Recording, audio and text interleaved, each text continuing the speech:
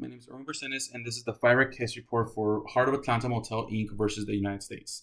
In 1964, the motel owner was Morton Ralston of the Heart of Atlanta Motel.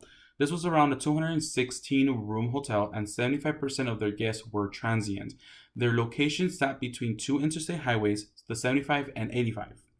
The motel refused service to any guest that was black, amongst other things that they wanted to a certain criteria. Mr. Ralston wanted to be able to choose his customer and wanted the right to refuse service to specifically African Americans in this case. And believed that the Congress was abusing the power when it relates to the Civil Rights Act of 1964. And some legal issues that were presented in this case. One of them was being that the Congress was abusing the power. But the issue within the case was that Congress can in fact prevent racial discrimination in places of public accommodation by using Commerce Clause. The Commerce Clause allows Congress to handle interstate and national commerce, and if anything interferes with this, they may intervene.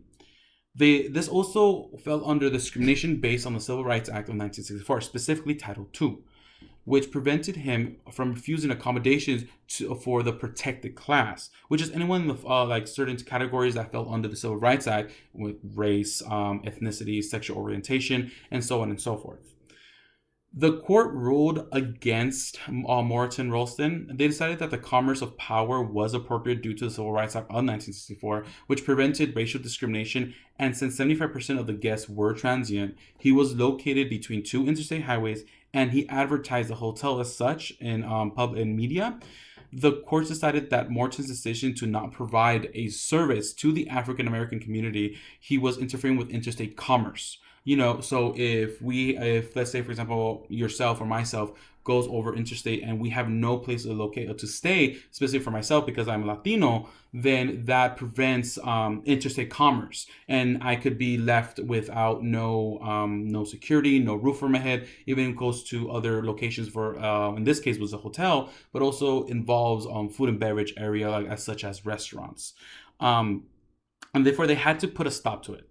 And they affirmed the judgment as well in the end.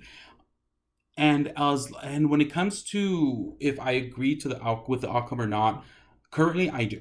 But I do understand that he is a private business owner. But when certain laws were put in place to prevent to prevent certain discriminations, especially in the hospitality industry as a professional, we need to understand that we're providing a service and we need to be there for the client. Doesn't matter of race, ethnicity, social gender, if any of those protective classes that are listed under the Civil Rights Act, we need to provide a service, and this is why we're here. We're customer based. We're hospitable. We have to be there. And these rules were placed a long time ago because there was the wrongdoings of beforehand. So as far as for me agreeing with the outcome, I do, but also understand his situation. But when it comes to racial kind of discrimination, this is way out of line. It's not appropriate, especially in the times of today. None of this will slide. Of course, there are certain rights of innkeepers that they have to protect themselves, and this was definitely not one of them.